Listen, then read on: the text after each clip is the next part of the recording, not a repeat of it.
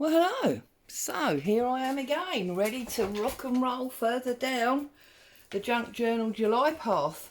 But as you can see, I've also got a different pile on my desk today, and I'm going to explain why. So, as you know, I started messing around with the numbers. I'm now going back to where we should be, which is details. So this is actually day 15 because I took 2 from the other side. If I'm 100% honest with you, the reason I darted was because I couldn't sort out in my mind what to do for details. And I was thinking, oh my goodness, it's nearly time to get a new one of these. I love this magazine, as you know, if you've been around for a while. Yeah, it's not long and we'll have a new one. So I thought, you know, it's time to do another project in here. And I looked why I'd marked these pages, and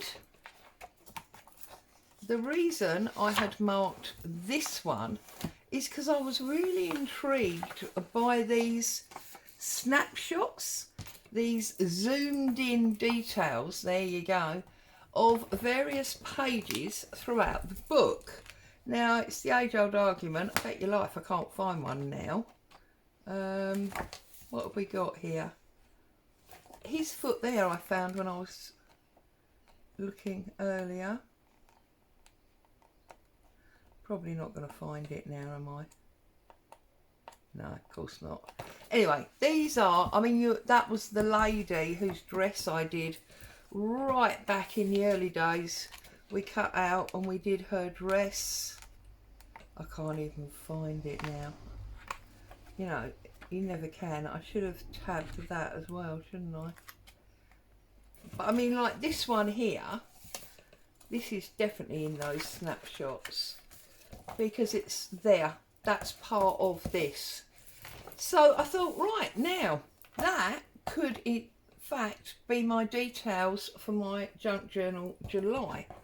So having shown you that, so you can understand why I did what I did, I then rummaged through the various finished things that I had around me, and I found 1, 2 slow stitch pieces there, and then of course I've got my collage book where every week we do a collage.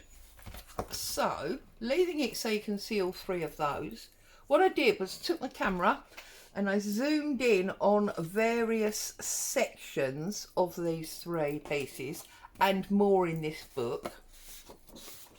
And this is what I've been able to print out.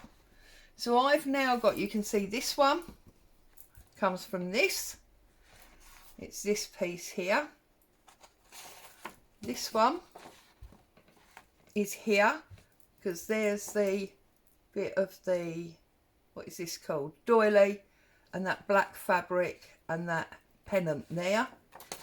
And this one, although it's upside down, I can easily turn it around before I glue it in, is the top of the buttons there with that pin and tissue paper. These are various other ones in this book. So having now got my detail squares, now if you want to do this, fabulous.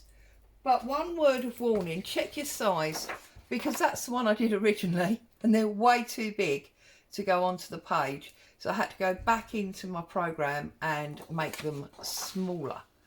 And there they are. So if we come back to our Junk Journal book, there's our overlap that we did yesterday. So we're actually now on the centre. And we've got these to go in this page here for the detail. So I'm going to find my metal ruler, move the book out of the way while we get ourselves organised, and I'm literally going to just tear these out. Actually, I suppose I could cut them, couldn't I, with my scalpel? But we do get a bit of a fluffy edge when we tear them, and I quite like the fluffy edge. So I think I'm going to tear. Now somebody asked me recently about paper. Yes, I use the Navigator paper. This is what this is.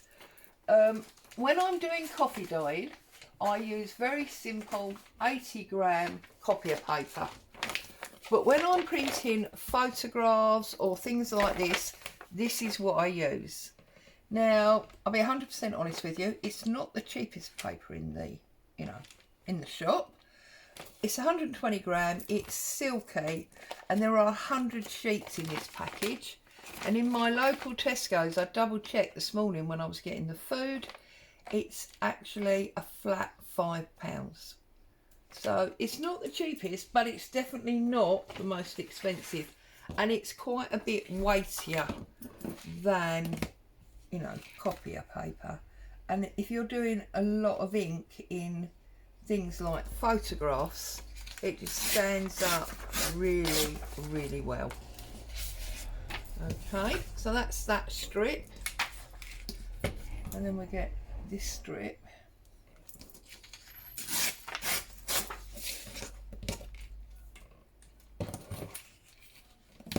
So how are you all? It's not as hot today. I mean, you can probably hear the fan is still going, but it's going at a much lower speed.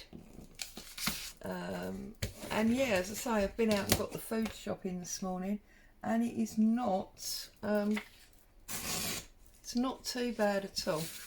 It's my kind of summer's day because it's bright and light, but there's a little bit of breeze around. That makes me happy. So there we go, got number one. And as you'll see, these are not actually squares because they're not the exact same measurement on all four sides, but they are roughly square. Okay, here's two. And what I'm going to have to decide now, of course, is how I want to lay these out. Because of the size of them, I've obviously only got 6. Could have done them smaller, I suppose, and made it more of like a mosaic. But I liked the example of the book was in the magazine where there was quite a lot of white space around them. And they were just sort of screenshots, really, of pages that had gone before. I feel super excited at the moment. I'm excited because it's nearly time for a new one of these magazines. And I'm like a kid in a sweet shop when it arrives. I can't wait to get in there and start playing with new project ideas. And I'll need to trim these. Look, I've got quite a lot of white showing there. And there's always nice papers in there, etc. But also, it's nearly Sunday stitch time, which means I'm about to start on that quilt that I am super eager to get started on. Right, let's have a little look at this. So, see, I said about a fluffy edge, and now I'm trimming it off because I tore it very badly. Anyway, these things are sent to trials. Like toast that falls butter side down. And people that shout outside your window when you're trying to do a video. Oh dear. So the postman's just been, and for some reason, Boo's obviously got the yump with the postman because she's put her teeth straight through the letter. Having opened it, fortunately it's not too important, and it doesn't, I see now I've ruined that by not having it straight because I'm chatting. It's not too important, so it don't really matter. Hubby laughed at it that minute it was ready for filing because it had holes in it already. Oh dear. And hubby's now having a sneezing fit. I don't know if you can hear that. Right, last one, little trim up, and then we can see about setting these in to our page. Right, we'll get rid of all that. I'm going to bring back my actual page. This is the one that we're using. We'll have a splodge of coffee.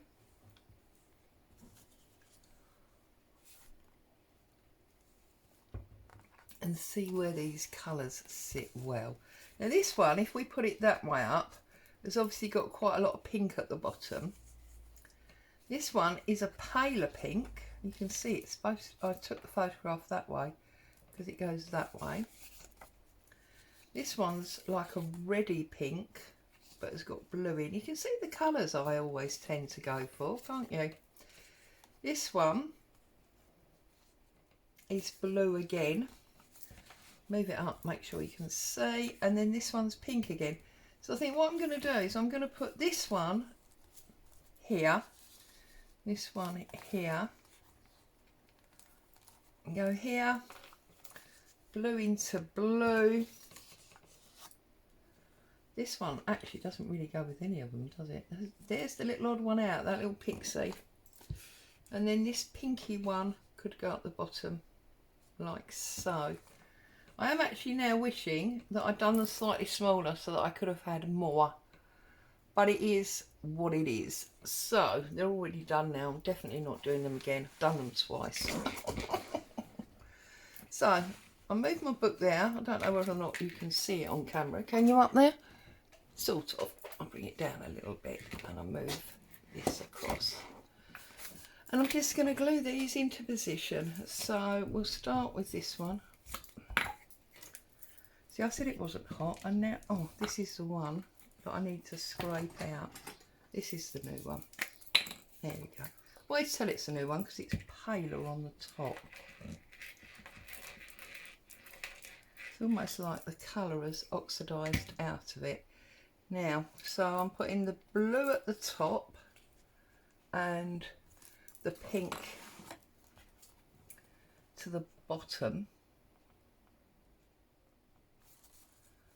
Like so. We'll do this one next to it so we get a, you know, a line of how they're all going to sit together. And I've done it again, the lump of glue. So this one, we want it lined up. Quite close in the middle, and that gives us a nice little frame at the side. That's that one. Then this second pink going on the left hand side.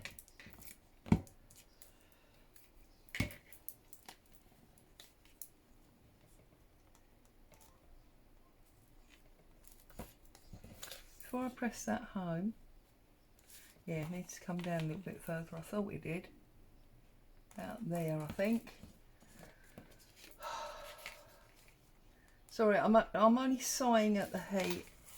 Apart from that, it seems, I just said it was cooler today, and it seems now to suddenly be rising just to call me a liar. Okay, and then this is our third one for that side. Again, very quick, very easy project.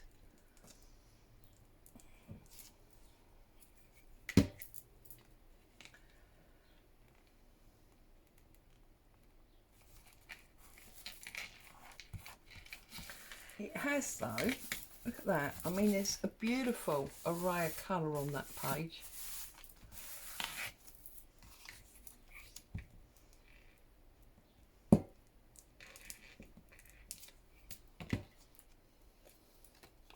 And I feel like we've worked quite well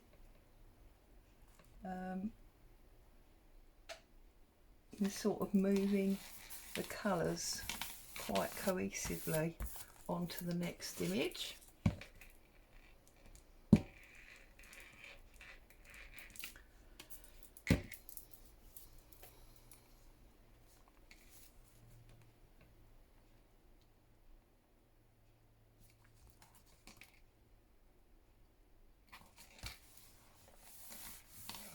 Go. If we get rid of the glue and the mucky board, it might be nice see if we can get some squares around these. You watch me ruin it now. Famous last words and all that. I don't really want the felt tip. What I'm looking for is a Sharpie. I know there's a Sharpie in this pot somewhere. A nice black Sharpie. Well, there was. Somebody's been in here. No, they haven't. There it is. Okay. So, got a nice black Sharpie. Take my ruler and get in the middle. You can probably see my head.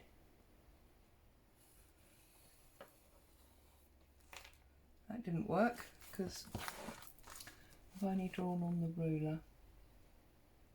Just come a little tiny bit in.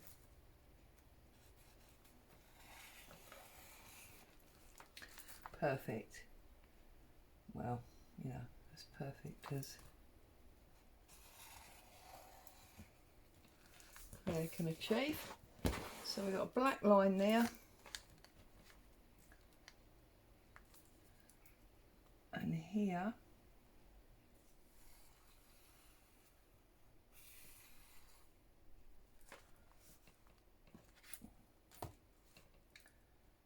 And then here. So it's almost been gridded up, you know, like columns in a newspaper or an art gallery or something like that. So there you go. That is my rendition of details for the 13th or prompt number 13. As always, I'd like to say a huge thank you for you spending time with me today. Stay safe. I'll be back very soon. Ta-ta for now.